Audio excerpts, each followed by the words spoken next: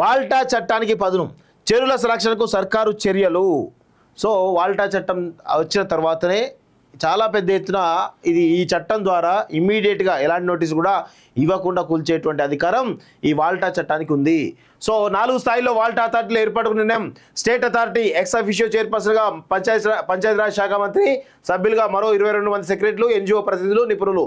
నీటి వనరుల పరిరక్షణకు ఈ అథారిటీలకు విస్తృత అధికారాలు అంటూ చూస్తా ఉన్నాం. చెరువులు, కుంటలు, నాలాలు, ఇతర నీటి వనరుల పరిరక్షణ కోసం వాల్టా చట్టాన్ని పూర్తిస్థాయిలో అమలు చేసేందుకు రాష్ట్ర సర్కారు సిద్ధమవుతున్నది. హైడ్రా తరహాలోనే జిల్లాలు, మండలాలు, గ్రామాల్లోనూ అథారిటీలను ఏర్పాటు చేయాలని డిమాండ్ నేపథ్యంలో ఈ నిర్ణయానికి వచ్చినట్టు తెలుస్తున్నది. వాస్తవానికి నీటి వనరుల ఆక్రమణలు అడ్డుకునేందుకు, కూల్చేందుకు వాల్టా ద్వారా ఏర్పాటైన కమిటీలకు విస్తృతమైనటువంటి అధికారాలు ఉన్నప్పటికీ చట్టం అమల్లో గత పాలకులు నిర్లక్ష్యం చేశారు. చివరికి వాల్టానగానే ఇష్టారాజ్యంగా బోర్డులు వేయకుండా, నిరోధించే చెట్లు అరకుండా అడ్డుకునే చట్టంగానే దాన్ని పరిమితం చేశారు.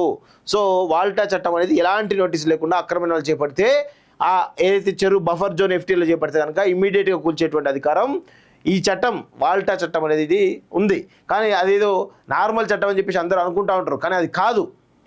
ఈ చట్టం ద్వారా సంక్రమించిన అధికారాలతో చెరువులు, కుంటలు, నాలాల వెంట వెలిసిన అక్రమ నిర్మాణాలు తొలగించే అవకాశం ఉన్నప్పటికీ వాల్టా అథారిటీల ఏర్పాటులో నిర్లక్ష్యం ప్రదర్శించారు. ఫలితంగా గత 10 ఏళ్ళు ఆక్రమణలు పెరిగి చెరువులు, కుంటలు కుచించిపోయి 4 స్థాయిలో అథారిటీలు అంటూ చూస్తూ ఉన్నాం. సో మొత్తానికైతే వాల్టా చట్టాన్ని ఇంకొంచెం పరిధి విస్తరించేటువంటి అవకాశం చాలా స్పష్టంగా కనబడుతూ ఉంది.